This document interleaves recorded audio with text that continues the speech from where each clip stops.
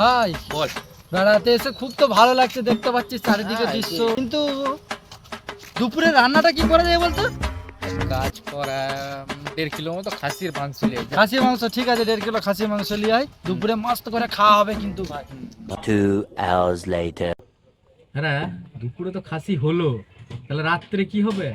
রাত্রে এক কাজ কর, ওই যে চিংড়ি, একদম চিংড়ির মালাইকারি হবে।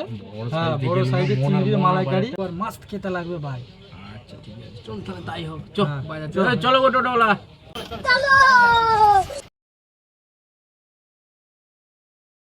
One eternity later.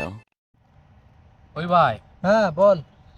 তাহলে চিংড়ি তো নিয়ে আসা হলো, হ্যাঁ কিন্তু ভাই শরীর আর বইছে না, সারাদিন ঘুরে ঘাড়ে শরীর একদম বইছে না ভাই, কি করা যায় বলতো?